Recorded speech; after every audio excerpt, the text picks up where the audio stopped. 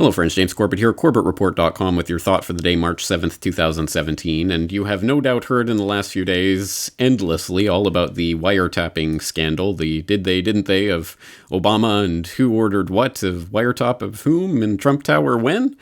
We've heard a lot of accusations and counterclaims, and it's quite a he said, she said tale at this point of different officials claiming different things, and I'm sure you've been following that soap opera. I've seen a lot of light generated by this scandal so far, but not a lot of heat. As usual, one of the only people dropping any actual truth bombs on the conversation is Dr. Ron Paul. And if you haven't seen this video yet, I hope you will. I'll put the link in the show notes, of course. Trump tapped. President accuses Obama of spying on his campaign, where Dr. Paul and his interlocutor go through a number of different points that I think are worth bringing your attention to. But one in particular that I want to focus on today is this point about the whole scandal. Now, if Obama really did want some, surveillance of the Trump campaign, he's not going to send a memo. He's not going to send an email. Maybe Hillary would have, but he's not going to send an email. But they could do these kind of things, and they would deliberately not. And I keep thinking about back during the Kennedy's assassination. I think 80% of the American people now believe that Kennedy was assassinated by insiders, and probably the CIA was involved. But you're not going to go back and look at the records and find out where Allen Dulles, sent the order out. Okay, this is it. We're going to have this thing to assassinate Kennedy. That's all done, rather quietly. So there's not going to be the evidence there. It's surprising that there is going to be. And right now, the reports are that Trump just might have a paper trail on that. And like you said, that could be big news if that's the case.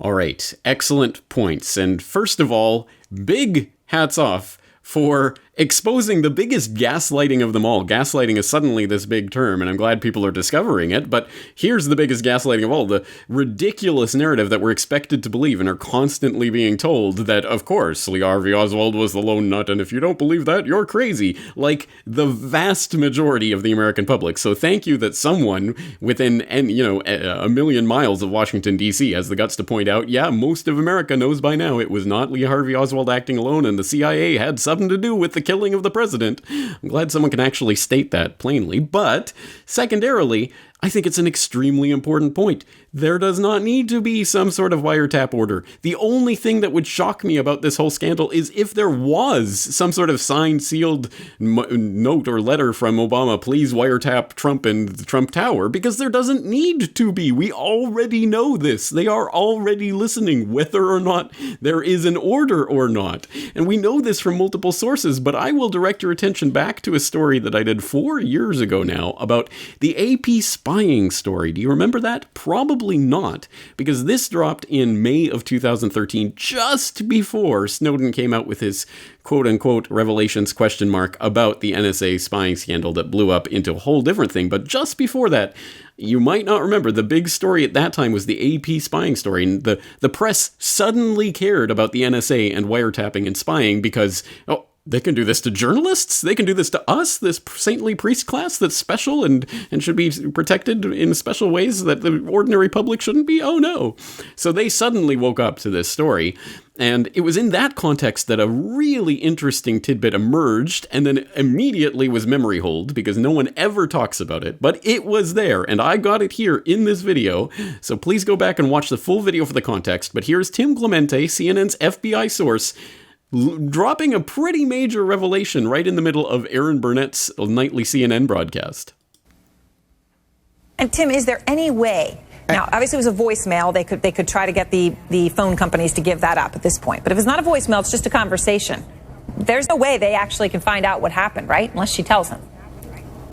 No, there is a way. We certainly have ways in national security investigations to find out exactly what was said in that conversation.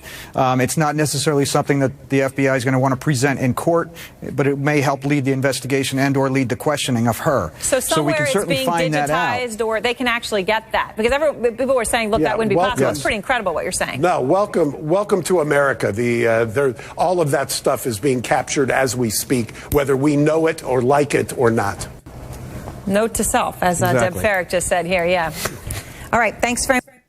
All right, again, please watch that full video for the full context of that. But that was a major revelation. And I'm telling you, the NSA whistleblowers that we all know in the alt media themselves, having been out of the NSA for several years at this point, themselves saw that broadcast and go, oh, well, that means that Salt Lake City's online and already functioning, even though they said at the time that it wasn't, and they're scooping up everything and they have access to it. They can go back weeks in the past to listen to conversations that had already taken place that were not specifically being wiretapped, because they are scooping it all up.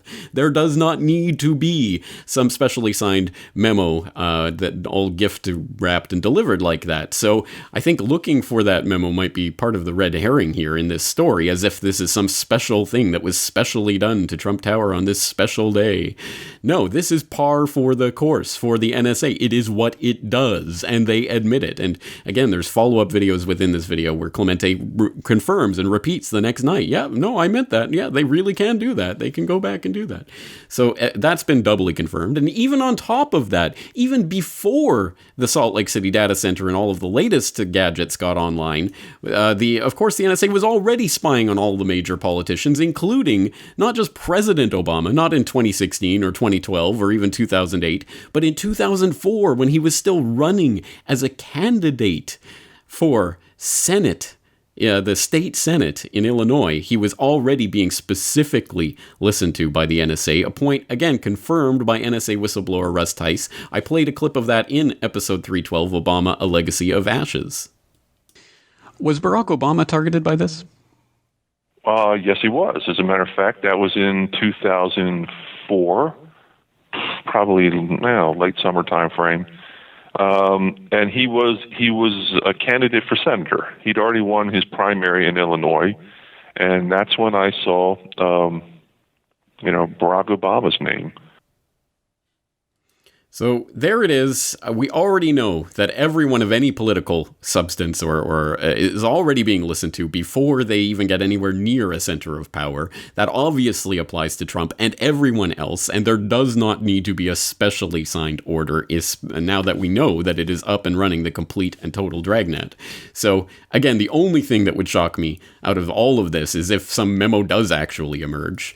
Anyway, you can get more on that conversation, the complete conversation with Russ Tice about the NSA spying in interview 685 up on the Corbett Report homepage. And that, again, the link will be in the show notes. But I think another thing to draw our attention to in all of this brouhaha that's going on right now is aptly pointed out on Twitter by Sally Agorist. Donald Trump is complaining about the government spying on him after he called Edward Snowden a traitor for exposing government spying. That's none of my business. A good point to bring up. And yes, just to refresh our memory, yes, Donald Trump did actually say that they should kill the traitor, kill Edward Snowden for his revelations. Again, whatever kind of psyop Snowden ultimately is, CIA Snowden, still, the narrative is here for merely spilling the beans about the fact that the NSA is listening on everyone. Snowden should be killed. But tap me? Tap my special privileged presidential phone? Oh, heavens to Murgatroyd. So what goes around comes around, and I have zero sympathy or empathy for anyone in the political game who plays this political game and gets burnt by it, because this is how government operates. This is what it is meant to do. This is what it does.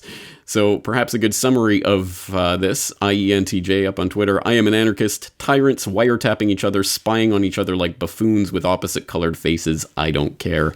Well, I don't care about the special privilege of the godly government class that are, you can't listen to the government people. You can listen to literally every single other person in America and no one will even bat an eyelid.